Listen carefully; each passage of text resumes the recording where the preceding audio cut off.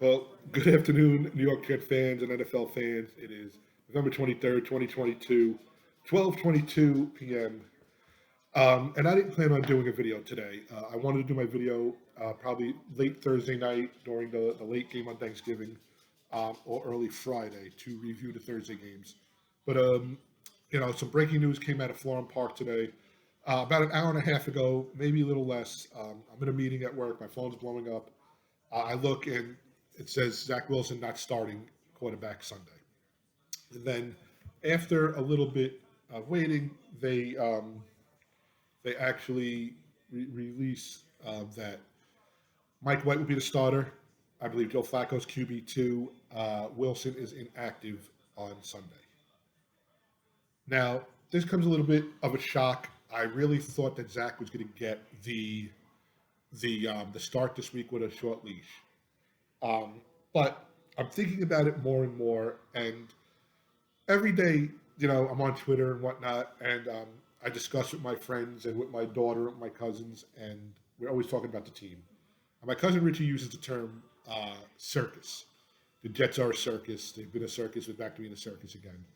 And yes, that was the deal under Rex at one point. And it's not a circus when you're winning. Let's be honest. Um, when they were winning in 2010, it wasn't a circus. It was a frat house, they said. Um, and then things kind of got out of hand, and the way things are handled turned into a circus. And I can remember the day after that Tim Tebow signed with the Jets, the headline in the Daily News, I believe, or the New York Post, was a no ring circus. Saying that we have no Super Bowl rings in 50 something years, and it's a circus. How do you bring in Tim Tebow, with Sanchez and Gino and whatnot? And that was a circus. The Kotite years was a circus, or it was more like Wile E. Coyote. But this, I think, the coach Robert Saleh got in front of this before it was a circus, and he nipped it in the bud. And let me explain why.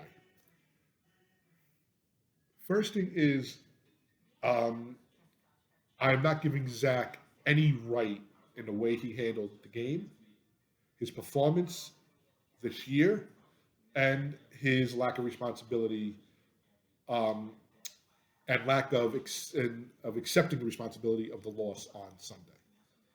When your defense gives up 3 points and you lose on a punt return with 5 seconds left, you look at why you couldn't generate points. It comes down to the quarterback. Unless you tell me you had 3 turnovers by fumbles by running backs and wide receivers, but you didn't. In the second half, the Jets couldn't muster more than 3 or 4 yards, I think. They had 5 3-and-outs. Um, and then after the game, for Zach to stand up there chewing his gum like he didn't want to be bothered just struck a nerve, I think, in the organization, in the fan base, and all over the place. And if he comes out and says, it was on me, I need to make those passes, I need to make those connections, this is a non story. Monday Night Football is not covering this. Maybe they're covering the score and how many yards, but they're not covering Zach Wilson. Booger McFarland is not calling him a privileged rich person or a rich young man, whatever we called it. Brigham Young alumni and Steve Young, Super Bowl winner and Hall of Famer, does not come to this young man's defense. RG3, who's sitting between them, does not have that face on like, what's going to happen next?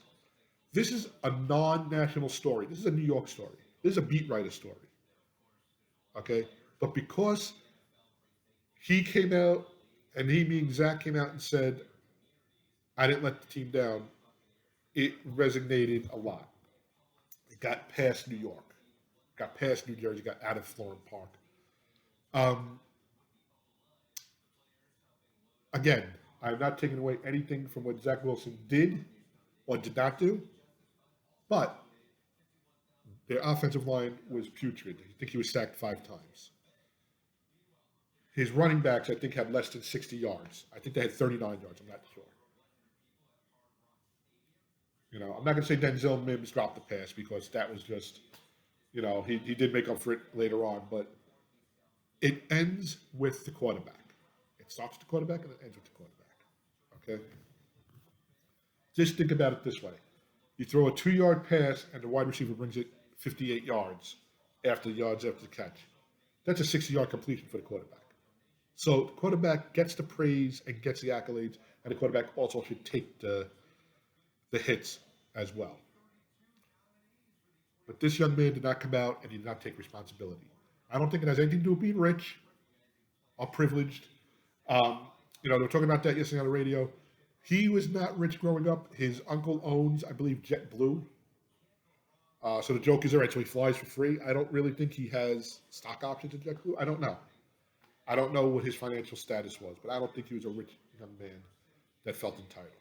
I do think he's an immature young man who was on the biggest stage of the world in New York playing quarterback for the New York Jets, where you had Joe Namath, where you had Richard Todd, where you had Vinny Testaverde. And you could say, well, they're no name. No, those are names. Vinny Testaverde, Heisman, you know, Joe Namath. I mean, it is what it is. He is in the grand stage, just like Aaron Judge on the Yankees. You know, it is what it is. You play for a New York team and everything is elevated. Okay? So he needs to learn how to handle the media. And it's not easy. And I have seen Boomer Esiason lose his cool with the media after a game.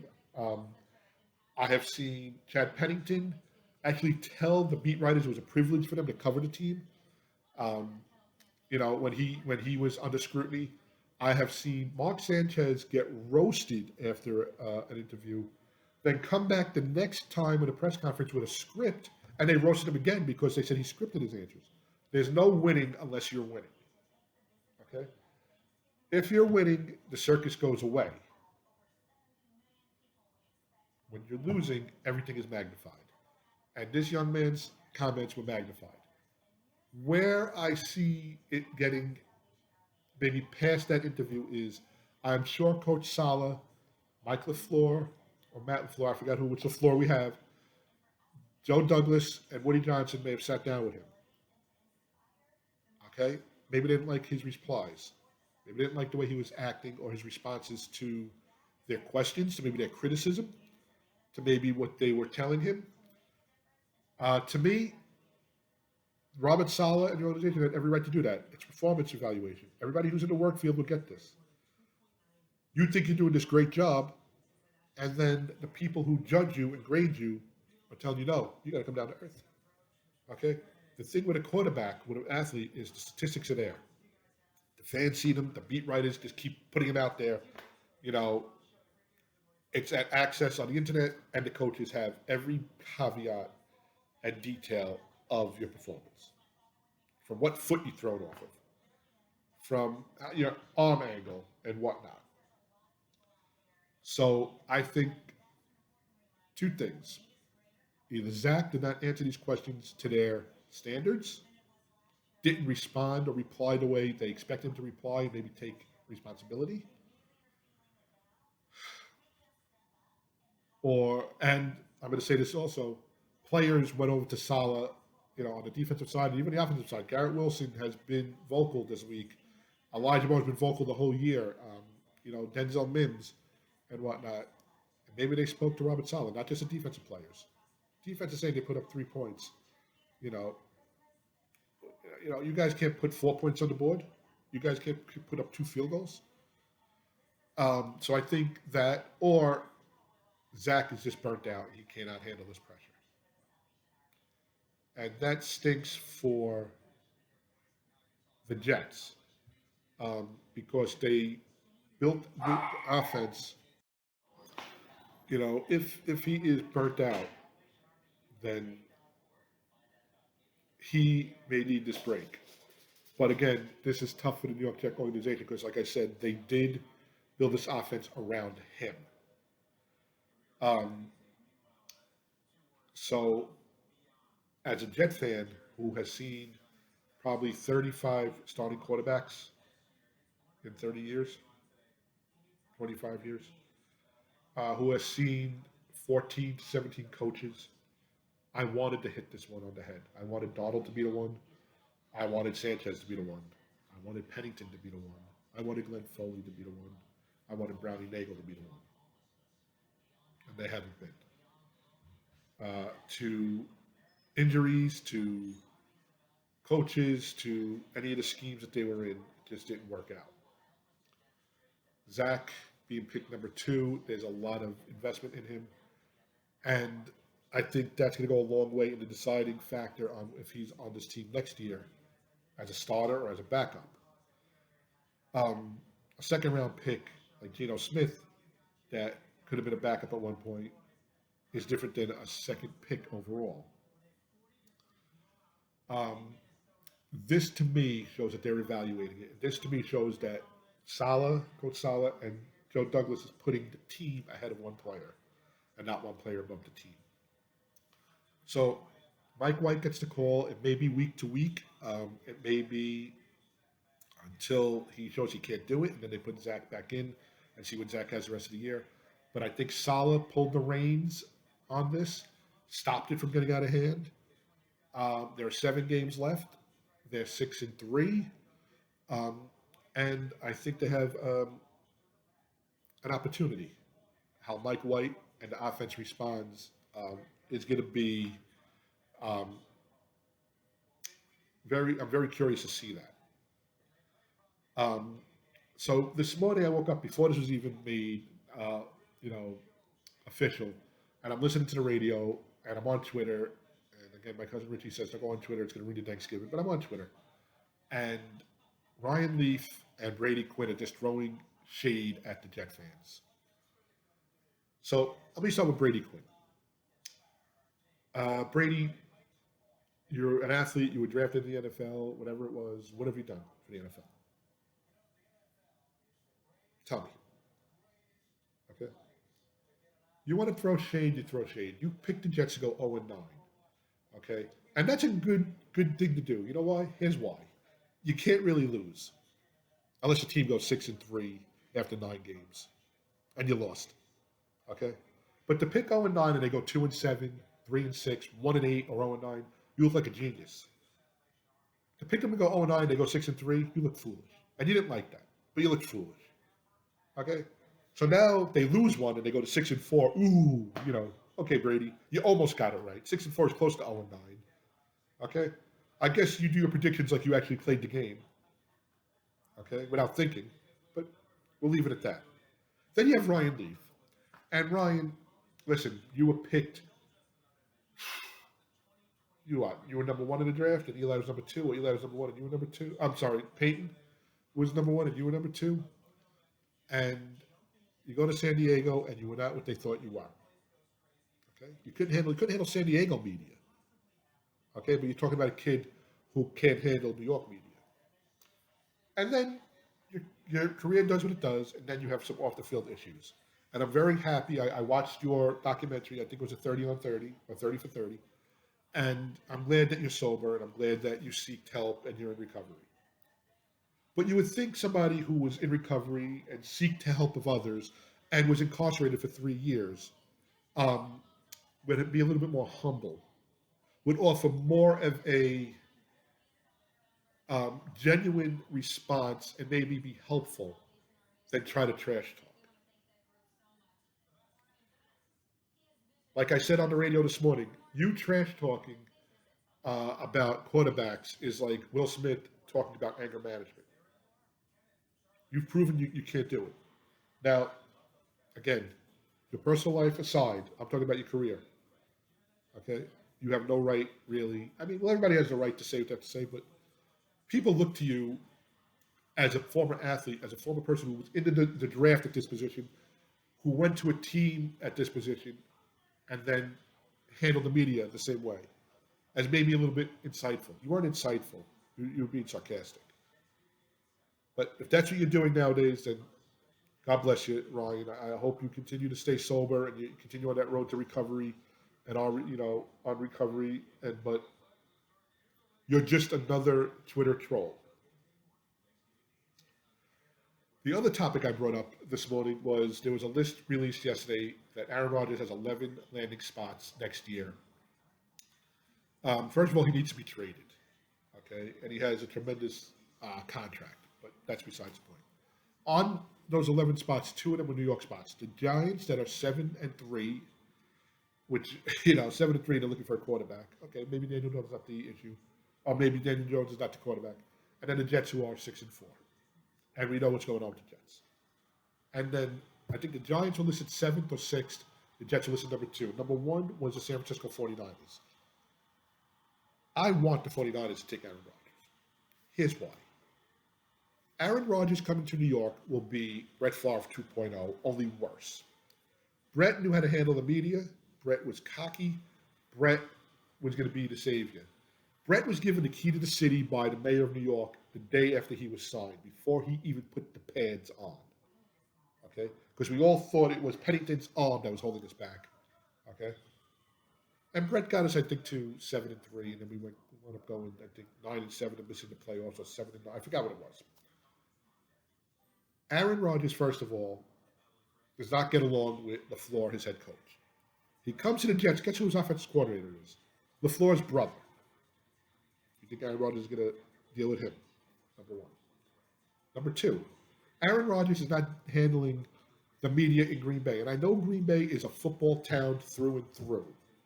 Their history is as deep as Lambeau's frozen tundra. But if you can't handle the Green Bay media where you won a Super Bowl, how are you going to handle the New York media where you're supposed to come here and save a franchise? Okay? Reggie Jackson gave the Yankees a World Series with 3 home runs. He was cocky as hell, and he produced. Mark Messier knew how to handle the media. He came in. He brought a Stanley Cup to the Rangers after 54 years. He produced. Okay? But for him to come here and not get along with the media he's at with now and have to deal with New York media, and his age, and getting banged up, okay, and his off-the-field personal life, that's always, out there. And, you say Tom Brady's personal life is out there, but yes, Tom Brady, he has the rings to prove it, okay?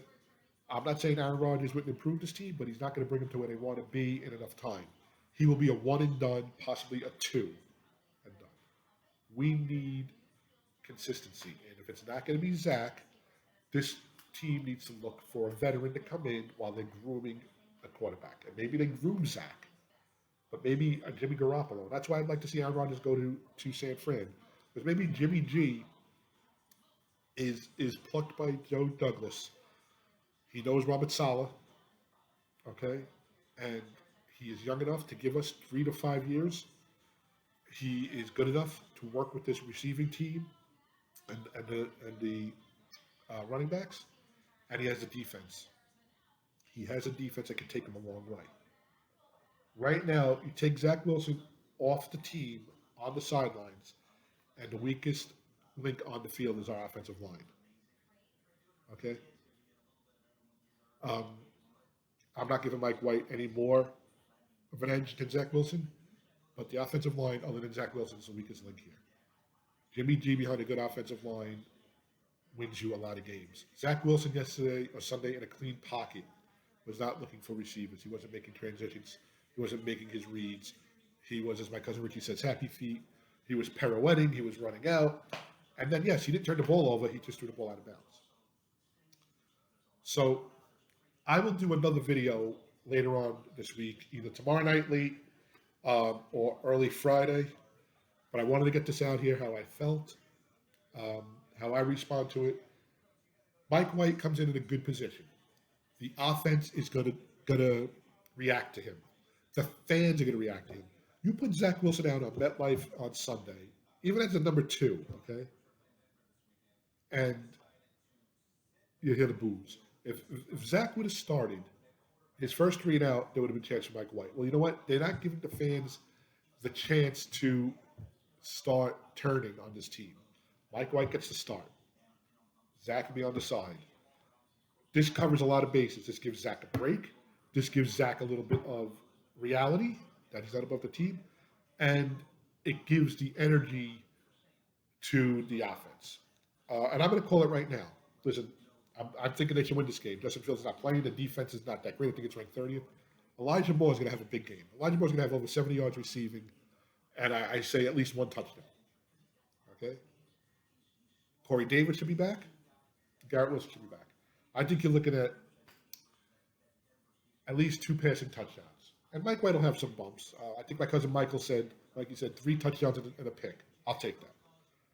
But at least now going into this game, Jet fans are not going to be looking at the negative. They're going to be looking at Mike White's getting his shot.